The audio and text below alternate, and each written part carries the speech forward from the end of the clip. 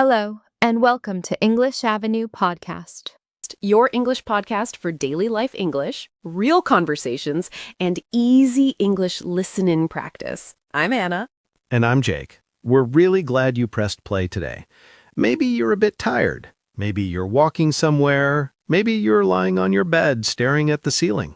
But hey, you're not alone here. Yeah, if you're going to stare at the ceiling and think about life, you might as well do it with some English in your ears. Exactly.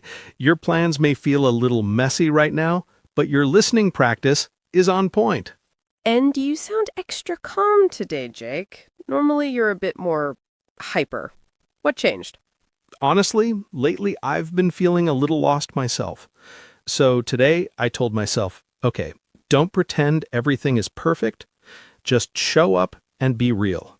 I get that. I also have those days when I do my normal routine, but inside I'm thinking, where am I going? What am I doing? Yeah, like your feet are moving, but your heart doesn't know the direction. And we know many of you feel this too. Life is moving, time is passing, but inside you feel stuck, confused, or unsure about your path. That's why today's episode is important for us.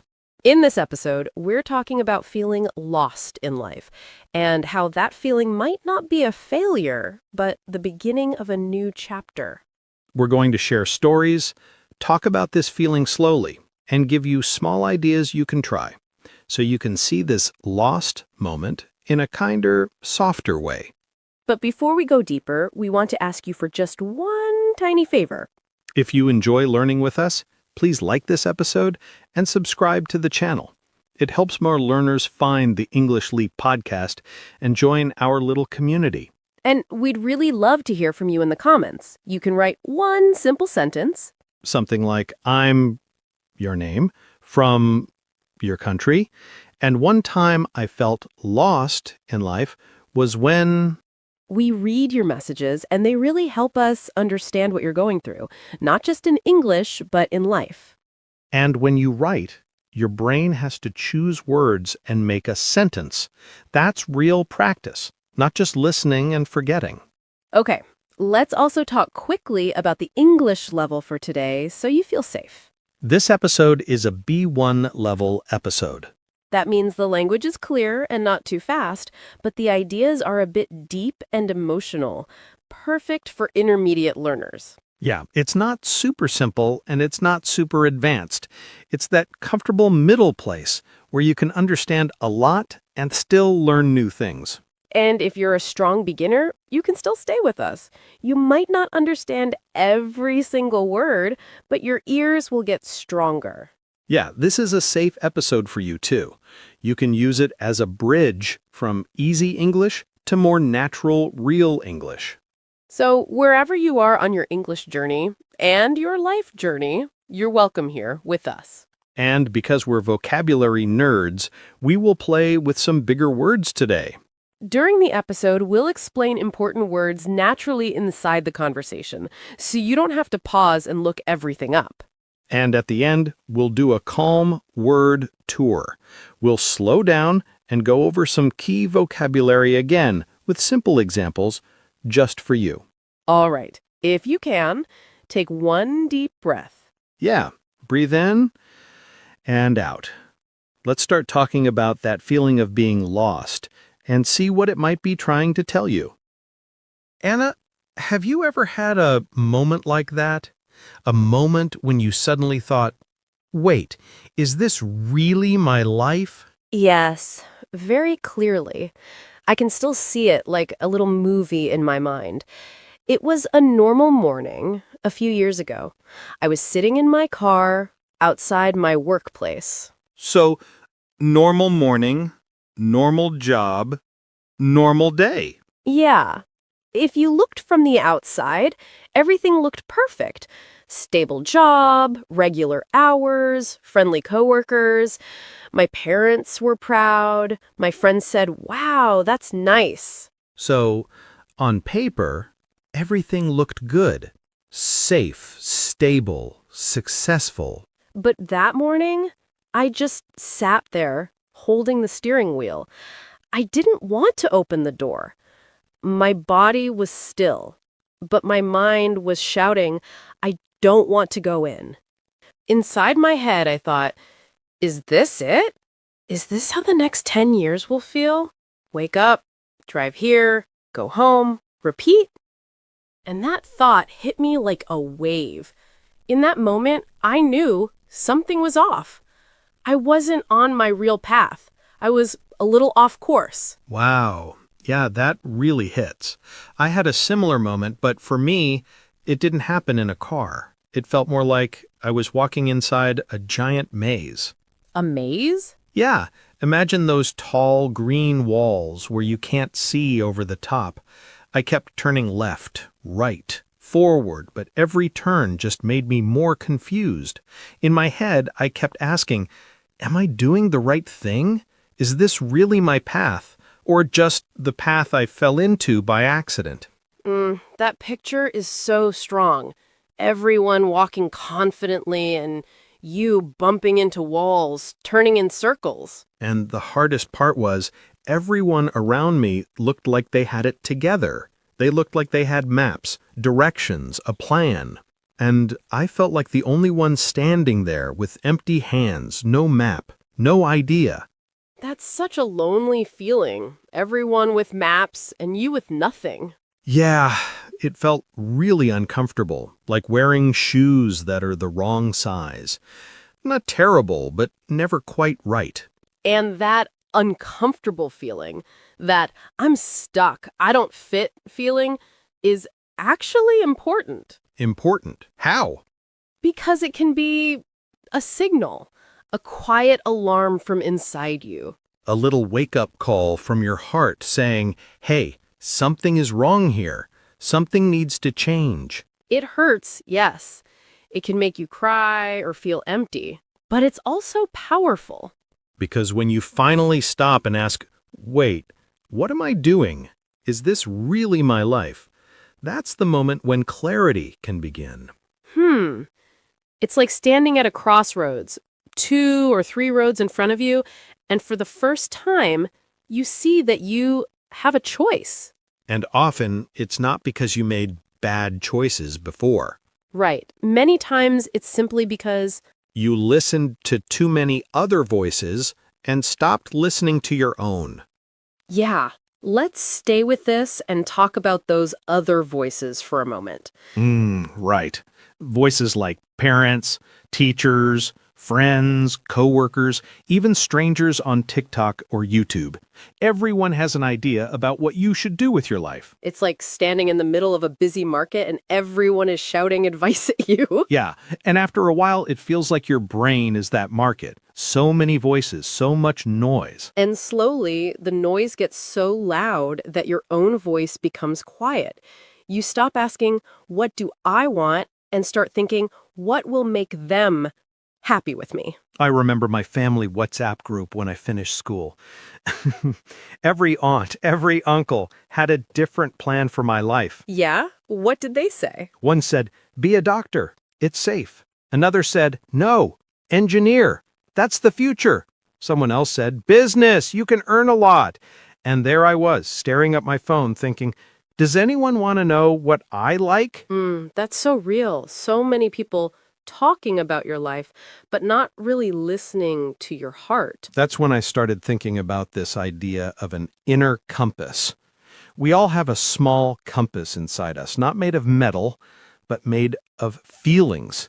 Your heart, your gut, your instinct. Yeah. And that compass quietly points to what feels honest for you. Maybe creativity, maybe freedom, maybe family, maybe service. But if that compass turns just a few degrees away from your true direction, not a big turn, just a little, Then after a few years, you can end up miles away from the life you actually wanted. you wake up and think, hold on, whose dream am I living? Mine or someone else's? And often you end up on what people call the safe path. The path that looks beautiful on Instagram, sounds good at family dinners, but feels heavy when you're alone with your thoughts. That was me in university. I didn't choose from my heart. I chose a major that sounded impressive, In conversations, people smiled and said, "Wow, that's a strong choice. You'll have a great future." So outside, it looked like you were winning. But inside, I felt like a robot. I went to class, took notes, passed exams, but there was no spark, no joy. Years later, I had the paper, the degree, but not the passion, just confusion, and this quiet feeling of regret. And that's why it's so important to stop sometimes and check your inner compass, to stand still for a moment and ask, where is it really pointing? You can ask yourself a very simple question. Am I doing this because I truly want to, or because I think I'm supposed to? It's a small sentence, but it can change the way you see your whole life. And when you slowly turn down the volume of those outside voices, and your own voice becomes a little clearer again, something new comes in. Yes. The thing many of us try to avoid, that strange, open feeling called uncertainty. Yeah. Let's talk about this big thing, not knowing what comes next. We humans really like plans, right? We do. We love calendars, to-do lists, and 5-year plans. It makes us feel safe when we think we know the next step. And when we don't know, our brain gets nervous. Yeah, like when your internet stops for a second and the video just keeps loading. That little circle turns and turns, and you feel impatient. That loading feeling is a bit like uncertainty. You're between two things, old and new, and nothing feels clear yet. But here's the gentle twist. Uncertainty is not always an enemy. Sometimes it's like an empty room. At first it feels strange and cold, but it's also a space where you can decide what to put inside. I really felt that when I left a job that didn't feel right anymore.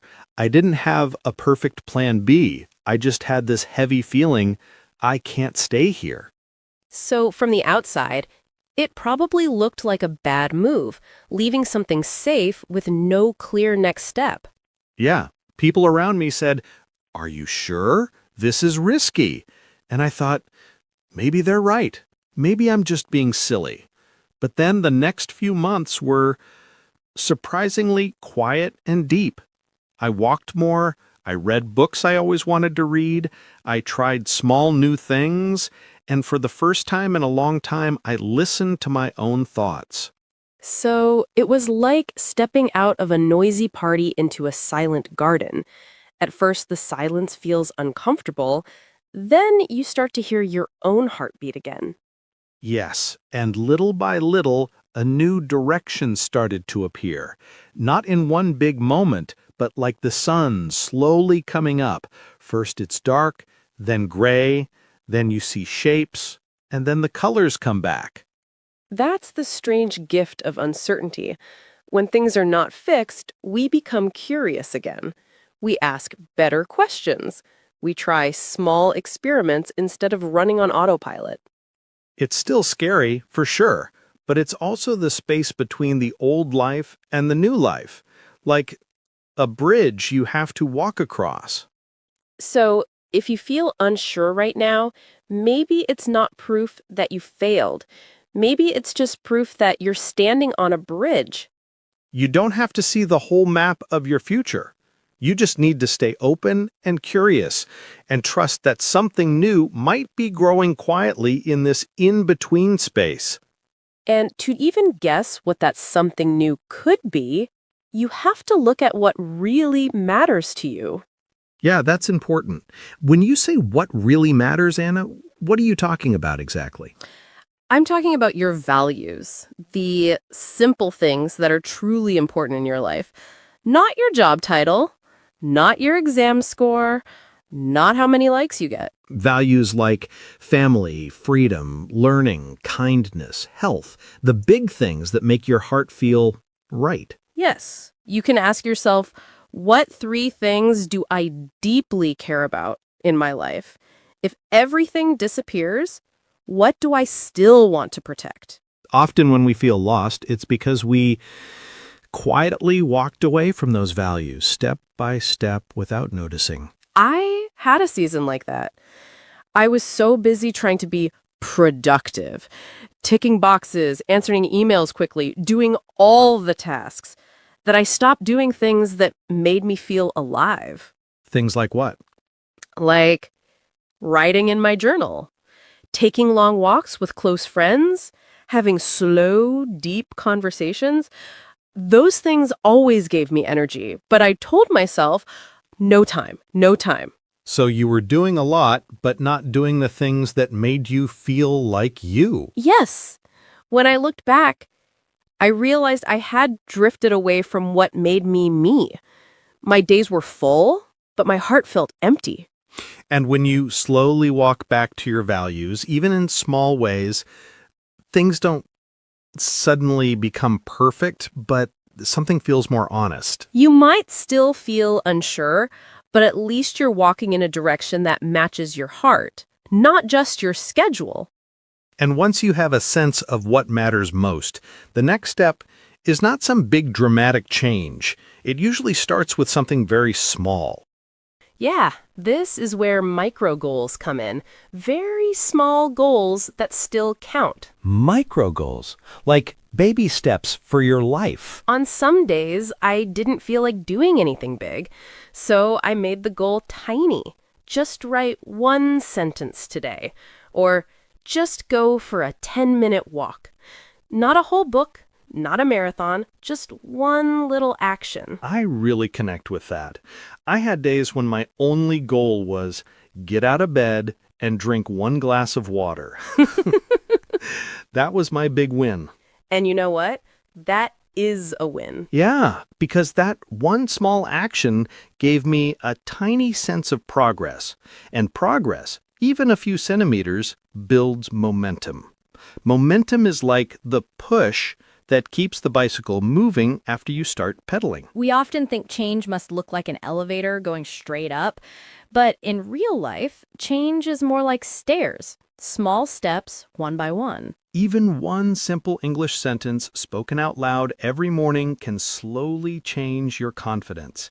It's like adding one brick each day to a strong house. So, if you're feeling stuck, don't wait for a huge movie moment where everything changes. Start with one tiny, friendly win today, something so small that you can actually do it.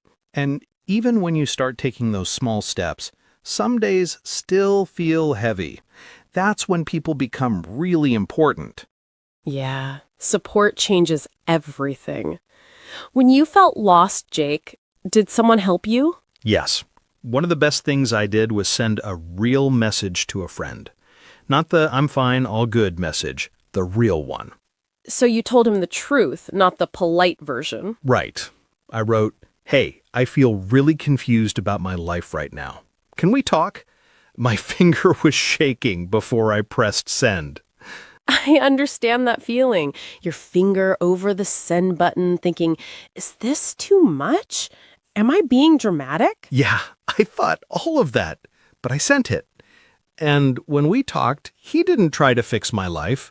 He just listened. He said, "I get it. I've felt like that too." And suddenly, I didn't feel crazy or alone anymore. Sometimes just knowing that one person understands you, that one person is quietly there on the other side of the phone, makes your feelings feel less heavy.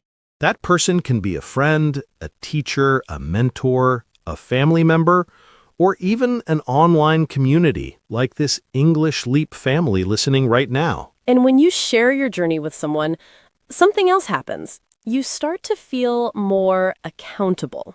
That means you feel responsible to show up because you know someone believes in you and is watching your progress with kindness. So if you're listening right now and feeling alone, maybe this is your sign. Yes, maybe tonight or tomorrow, you can send one honest message. Something simple like, "Hey, I'm struggling a bit. Can we talk?" You're not weak for needing support. You're brave for asking for it. It takes courage to say, I can't do this all alone. And when you ask for help and you take those tiny steps, something beautiful slowly appears. Your own lost and found story. Yeah, that's your real story, not the perfect one on paper. And the funny thing is, we usually wait to feel proud only when something big happens. Passing a big exam, getting a new job, moving to a new country. But there are so many quiet moments that also deserve love and respect. Moments like the night you didn't give up, the morning you got out of bed when you felt empty, the day you pressed play on this episode instead of scrolling mindlessly. Yes, we remember our mistakes so clearly, the things we did wrong, the chances we missed. But our brave moments, we forget them so quickly. Last year, I started something small. I called it my Lost and Found Journal. Nothing special, just a simple notebook. On one side of the page, I wrote down moments when I felt stuck, sad, or confused. And on the other side, you wrote what you found in those moments, right? Yeah, on the other side, I wrote what I learned or discovered later. Sometimes I found patience. Sometimes I found a new idea.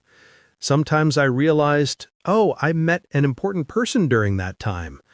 When I looked back, I realized I wasn't just lost. I was changing, growing, becoming a different version of myself. I really love that picture. Like your life is a little lost and found office. You lose something, but you also find something new. Strength, wisdom, courage. Maybe today you can think of one time you felt lost and ask, what did I find there? Maybe you found a new friend. Maybe you found more courage. Maybe you found the strength to start again after a hard time. Those moments are worth celebrating, not with big fireworks, but with soft kindness. A small smile, a deep breath, a gentle thought. I'm still on my way. And that's enough for today. Even saying that gives me goosebumps. I think both of us needed that reminder too. And we hope you felt something meaningful in this part of the episode. Maybe a new idea, a softer perspective, or just the comfort of knowing you're not walking alone. Yeah, and while we were talking, we used some pretty big words and ideas too. Right, we did. Jake, we used some big emotional words today. Maybe we should slow down and talk about them a little. Yeah, let's do a tiny word tour before we finish. A calm one, and I think we should start with the feeling of this episode, a heart-to-heart. Right. So a heart-to-heart is a deep, honest conversation, not small talk. It's when you speak from your heart about real feelings. For example, I had a heart-to-heart with my friend about my future, means we talked very honestly about my life. Exactly. You can say, I want to have a heart-to-heart with my sister about how I feel. And sometimes, in those heart-to-heart talks, we talk about regret. Yes, regret is a sad feeling about something you did or didn't do. For example, I regret not starting English earlier, means I feel bad because I waited too long. Or she regrets shouting at her friend, means she feels sorry about what she did. Another big word we used was uncertainty. Uncertainty, that feeling when you don't know what will happen next. Exactly. Uncertainty is when the future is not clear and you feel unsure. You can say, there is a lot of uncertainty in my life right now, when you don't know what will happen with your job, studies, or relationships. But inside uncertainty, we also said a more positive word, curious. Yes, curious means you really want to know or learn more about something. For example, she was curious about painting, so she joined a weekend class. Or, I'm curious about life in another country, means you want to explore and understand it more. We also talked about how we sometimes drift away from our real values. Yes, to drift means to move slowly without clear control or direction, like a boat with no driver. You can say, he drifted away from his real goals, meaning he slowly moved away from what was important to him. Or, I drifted into a job I didn't really like means you didn't choose it strongly, you just ended up there. And then we said something more hopeful, momentum. Momentum is the energy that keeps you moving forward once you start. For example, when she studied a little every day, she built momentum, and it became easier to continue. Or, I lost my momentum with English, but I want to start again with 5 minutes a day. Sometimes after momentum, you get a breakthrough. A breakthrough is big progress after struggling for some time. You can say, after many tries, he had a breakthrough in speaking English, meaning suddenly he spoke much better.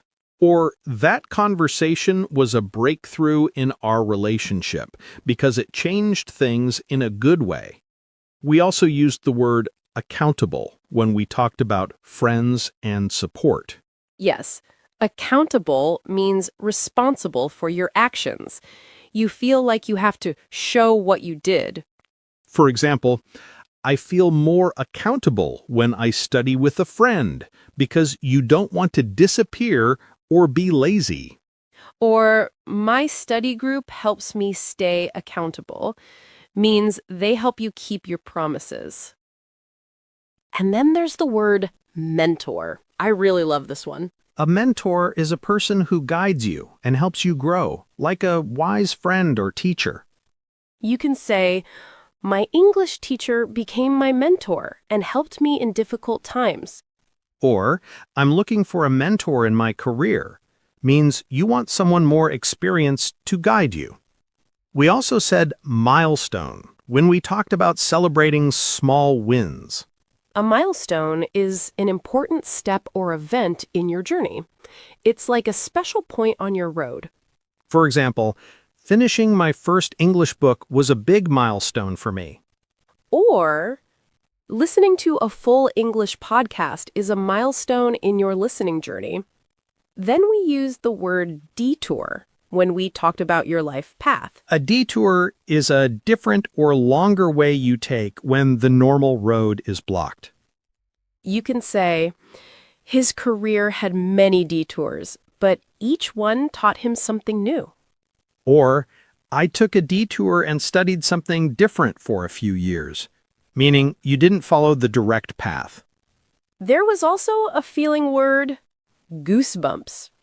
Goosebumps are small bumps on your skin when you feel a strong emotion, like fear, excitement, or deep inspiration. For example, her story gave me goosebumps. It was so powerful. Or, I get goosebumps when I listen to this song because it touches your heart. Another important word was perspective. Perspective is the way you see or understand something, your view of a situation. You can say, talking to my grandmother gave me a new perspective on life, meaning you saw things in a different way. Or, when I travel, my perspective changes because you see new cultures and ideas. We also said autopilot, when life feels automatic. Autopilot is when you do things without thinking, just habit, no real feeling. For example, he was living on autopilot, just waking up, going to work, and sleeping again. Or, I don't want to live on autopilot anymore, means you want to be more awake and present in your life. And the last word Is crossroads. A crossroads is a point in life where you must make an important decision, like when roads cross and you have to choose a direction. You can say, she felt she was at a crossroads. Should she stay at her job or start something new? Or, I'm at a crossroads with my English. Should I give up or try again with a new plan? If you didn't catch every word, it's okay. You can listen to this part again, slowly, like a mini lesson. And if you want a small challenge, choose one of these words and make your own sentence. You can say it quietly in your head. Or be brave and write it in the comments. That's like sending your English brain to the gym, but a calm gym. Yeah, a small, friendly gym where everyone is learning together, step by step. And if you're still here with us at the end of this episode, we just want to say we're proud of you. Really, we are. Whether you feel lost, are slowly finding your way, or already walking on a new path, you showed up today, and that counts. Yes, and if this episode helped you, tap like, subscribe, and share it with someone who maybe feels a little lost right now. Thank you for spending this time with us. This is Anna, And this is Jake. and you've been listening to the English Leap podcast. Stay kind to yourself. And keep going, one small, gentle step at a time. Your progress doesn't end here. To continue advancing your English skills, click on the next video or explore the additional videos we've thoughtfully selected for you.